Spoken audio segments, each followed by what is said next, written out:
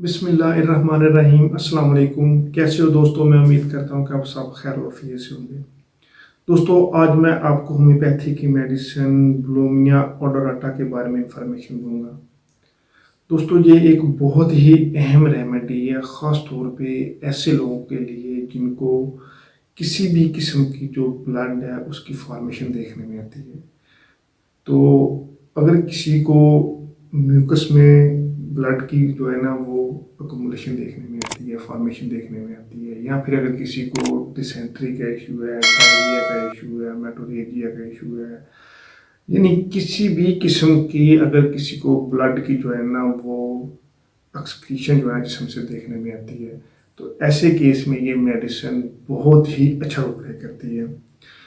तो दोस्तों, आज मैं आपको इस वीडियो के में डिटेल से बताऊंगा कि ये कौन कौन सी ऐसी कंडीशन होती है जिसमें जो ब्लड है उस जिस्म की जो है ना उससे फॉर्मेशन जो है ना वो देखने में आती है। तो दोस्तों, मेरी आपसे गुजारिश है कि इस वीडियो को अंत तक लाजमी देखें। मैं हूं डॉक्टर उमर और आपको अपने चैनल होम्योटेक में खुशामदीद कहता हूँ।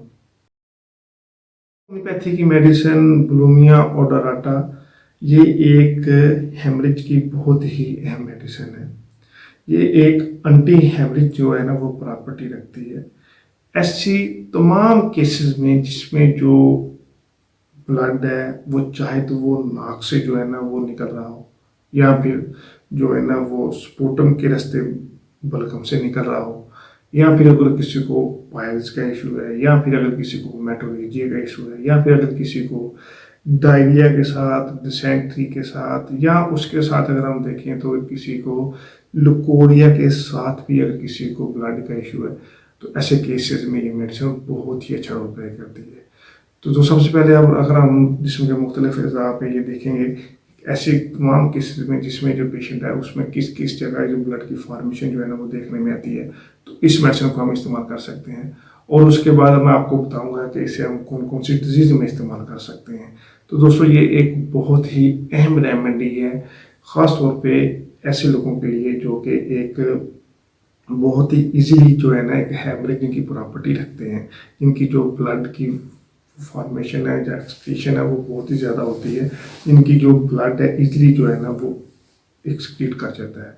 तो दोस्तों, ये वीडियो जो है ना उन लोगों के लिए है, तो प्लीज़ इस वीडियो को एंड तक लाजमी देखें। दोस्तों, सबसे पहले अगर हम लंग्स वाले रीजन की तरफ देखें तो ऐसे पेशेंट जिनको लंग्स पे जो है ना एक इन्फेक्शन की वजह से, क्रोनिक इन्फेक्शन की वजह से, जो ऐसे लोग जो कि स्मोकिंग का ज़्यादा इस्तेमाल करते हैं या फिर किसी ऐसी जगह पे काम करते हैं जिनमें उनको बहुत ज़्यादा डस्ट पे जो है ना वो काम करना पड़ता है,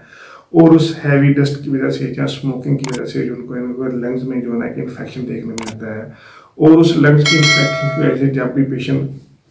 जो है ना एक खांसता है या भी उनको स्पूटम की जो है ना निकलता है, तो उसमें एक ब्लड का तबका जो है ना वो देखने में आता है। तो ऐसे केसेस में जिसमें जो चाहे तो वो ट्यूबरकुलोसिस का पेशेंट हो या फिर किसी को अक्यूट जो है ना वो चेस्ट इन्फेक्शन हुआ हो, तो उसकी वजह से जो पेशेंट है उसको एक म्यूकस में जो है ना एक ब्लड का तबका देखने में आता हो, तो ऐसे केस में ये मेडिसिन बहुत ही अच्छा रोल प्ले करती है। ये एक ब्लड की फॉर्मेशन को जो है ना रोकने के लिए बहुत ही एक अच्छी मेडिसिन है। दोस्तों, उसके बाद अगर हम देखें तो ऐसे पेशेंट या ऐसे लोग जिनको पेट से रिलेटेड कंप्लेन है और उस कंप्लेन की वजह से जो पेशेंट है उसको अम्बिलिकल जो है ना एरिया में जो है ना एक हार्डनेस जो है ना एक टेंडरनेस देखने में आती है, और उसकी वजह से जो पेशेंट है जब भी जो है ना वो स्टूल पास आउट करता है, या उनको डायरिया का इशू है या फिर उनको डिसेंट्री का इशू है, या तो उनको जो है ना एक ब्लड शदीद डायरिया की वजह से जो है ना डायरिया शदीद जो है ना वो देखने में आता है और उसमें ब्लड की जो है ना एक्सक्रीशन देखने में आती है, या फिर अगर किसी को डिसेंट्री का इशू है, यानी अगर किसी को स्टूल के साथ जो है ना एक म्यूकस निकलता है और उसके साथ साथ ब्लड की जो है ना वो भी फॉर्मेशन देखने में आती है, तो अगर किसी को पेट में अम्बिलिकल जो है ना उस नाभि के आसपास जो है ना एक टेंडरनेस, हार्डनेस जो है ना एक स्वेलिंग देखने में आती है, और उसके साथ साथ पेशेंट को डायरिया या डिसेंट्री है और उसमें एक ब्लड की फॉर्मेशन देखने में आती है, तो ऐसे केस में भी ये मेडिसिन बहुत ही अच्छा रोल प्ले करती है। दोस्तों, उसके बाद अगर हम देखें तो ऐसे पेशेंट या ऐसी फीमेल खास तौर पे जिनको मिस कैरेज का जो है ना वो इशू देखने में आता है, और इस मिस कैरेज की वजह से उनको एक हैवी प्रोफ्यूज कॉपियस जो है ना वो ब्लीडिंग जो है ना वो देखने में आती है, तो ऐसी फीमेल जिनको एक मिसकैरेज होता है और उस मिसकैरेज के बाद अगर किसी को एक लंबे टाइम तक प्रोफ्यूज जो है ना एक हेमरेजिंग तो है ना वो देखने में आती हो, तो ऐसे केस में भी ये मेडिसिन बहुत ही अच्छा रोल प्ले करती है। दोस्तों उसके बाद अगर हम देखें तो ऐसी फीमेल जिनको मेटोरेजिया का इशू देखने में आता है, चाहे तो वो यूट्राइन फाइब्रोइड की वजह से हो या फिर किसी भी किस्म की रीजन की वजह से उनको एक जो है ना एक लंबे टाइम तक ब्लीडिंग का इशू देखने में आता हो, और ब्लीडिंग जब भी एक मेंसेस का के बाद जल्दी ही दूसरे मेंसेस जो है ना वो आ जाते हो, तो उसकी जो मेंसेस की टेंडेंसी है वो बहुत ही लंबे टाइम तक तो है ना वो रहती हो, तो ऐसे केस में भी ये मेडिसिन बहुत ही अच्छा रोल प्ले करती है।